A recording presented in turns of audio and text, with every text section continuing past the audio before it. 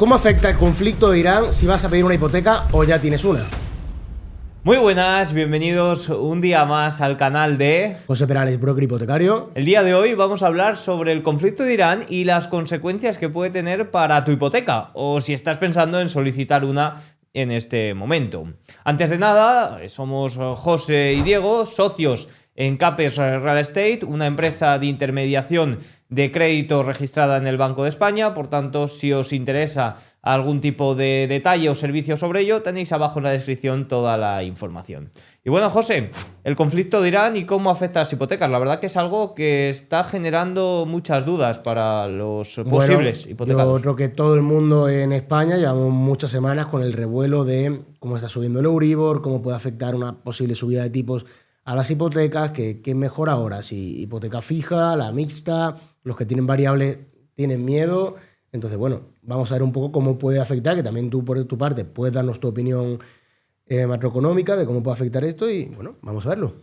Así es, vamos a dar primero una pincelada macro de qué es lo que está ocurriendo, cómo funcionan los tipos de interés del Banco Central Europeo y cómo se te puede trasladar al Euribor, y luego tú, José, pues nos vas a dar tu visión del banco, ¿no? Hablas con los bancos a diario, pues a ver qué te están diciendo esta semana. Hay un poquito de todo, ya lo veremos por el vídeo, pero hay un poquito de todo. Vale, bueno, ¿qué está ocurriendo? El conflicto de Irán es muy importante a nivel energético. Por el estrecho de Hormuz pasa el 20-25% del total del petróleo, del suministro de petróleo a nivel marítimo mundial. No solo el petróleo, sino también se ve afectado el gas, también se ven afectados los fertilizantes, y un poco todo esto lo que está provocando es el alza de los precios energéticos.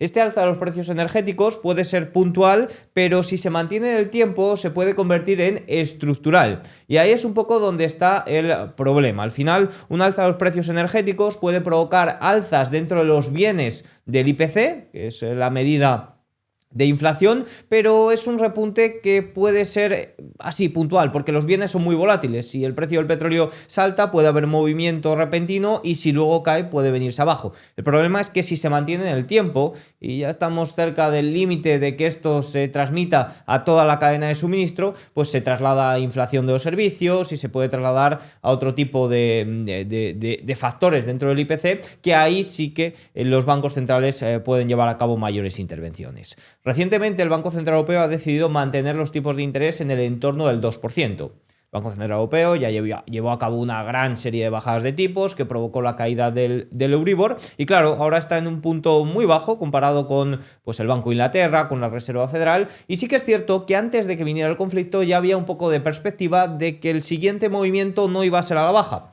Tampoco se decía cuándo se iban a subir, pero sí que es cierto que el siguiente movimiento no se esperaba que fuera una bajada, sí que se mantengan o incluso una posible subida. Con este tema del conflicto, si bien el Banco Central Europeo no ha asegurado que vaya a mover tipos, sí que hay sospechas de que de cara a junio, si esto se mantiene en el tiempo, para tratar de evitar ese alza de los precios, se pueden subir los tipos de interés en 25 puntos básicos. Las probabilidades son muy elevadas y va a depender de si el conflicto se mantiene unas semanas más o no. Si el conflicto termina, sí que es cierto que se va a poder mitigar, incluso a lo mejor sin subidas de tipos, o se puede prolongar un poco más de tiempo. Pero ahora mismo la perspectiva es que puede venir una subida de tipos. No me atrevería a decir para este primer semestre, pero sí de cara a inicios del segundo o en el segundo semestre del año. Bueno, tú mismo lo has dicho, el Banco Central Europeo a día de hoy no ha subido tipos, ha advertido, oye, pues el tema de la inflación que estamos teniendo, pero no ha hecho una subida de tipos directamente.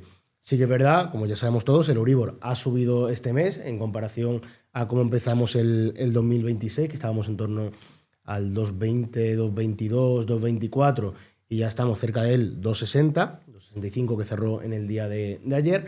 Entonces, ¿cómo puede provocar esto? Bueno, vamos a verlo por varias partes. Es decir, el Banco Central Europeo no ha subido tipos. Ahora bien, hay bancos que han aprovechado esta excusa para poder subir los tipos de su hipoteca.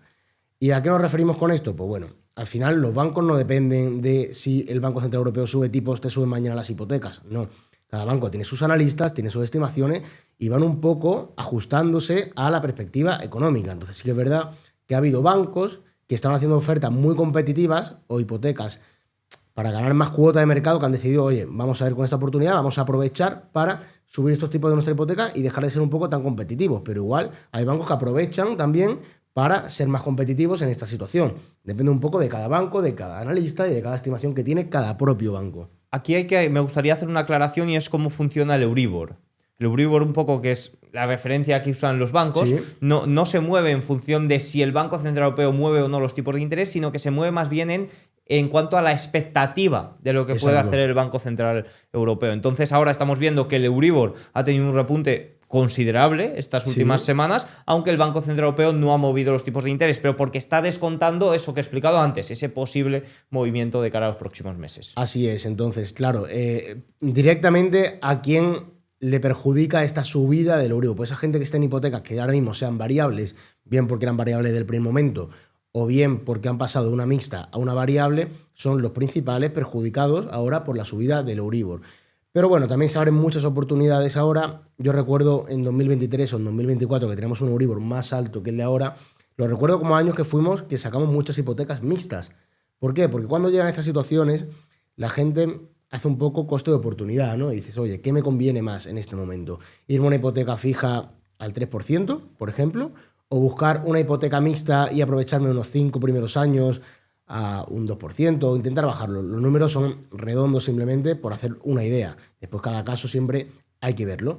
Pero bueno, entonces aquí entramos en la perspectiva de qué nos conviene más y cómo nos va a afectar en el futuro. Obviamente ninguno tenemos una bola de cristal, que no sabemos cómo va a afectar esto en el tiempo y cuándo se va a resolver. Sí, sobre todo creo que el factor más importante es la duración. Si se resuelve rápidamente, esto podría tener simplemente consecuencias puntuales, incluso, bueno, pues puede pasar un poco por alto. Si se prolonga en el tiempo, sí que es cierto que el shock energético puede producir ese alza y ahí sí que podríamos ver mayores efectos en la inflación y, por tanto, mayores efectos también en las decisiones de los bancos. Con respecto a lo que estás escuchando de ellos, ya has dicho que algunos pueden aprovechar para seguir siendo competitivos, otros, oye, pues están tratando de también ajustarse al nuevo mercado, pero ¿qué sensación te están dando con las últimas ofertas que te están ofreciendo? Depende un poco de cada entidad, ¿no? Pero he escuchado de todo.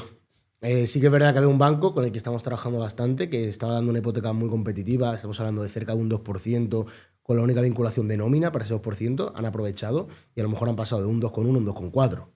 Es una subida considerable, pero ¿por qué? Porque querían captar mucha cuota de mercado, han captado mucha cuota y ahora han aprovechado, les ha venido como anillo al dedo para decir, oye, pues mira, esta hipoteca tan competitiva la subo. Ahora sí, hay bancos con los que estamos sacando hipotecas cerca del 2% que se están manteniendo mixta cerca del 1,4 en algunos perfiles, 1,35 en otros. Entonces, oportunidades las hay siempre y las va a seguir habiendo. Muy bien, oye, pues creo que hemos dado un vistazo clave y cortito, sobre todo breve, para no hacer perder el tiempo a nadie de cómo está la situación con respecto a Irán. No sé si tienes algo más que comentar. No, nada, al final una breve introducción al caso, que se escucha mucho que la gente tiene dudas, ¿no? Que no sabe un poco bien cómo va esto, hay mucho ruido. Bueno, dando nuestro granito de arena.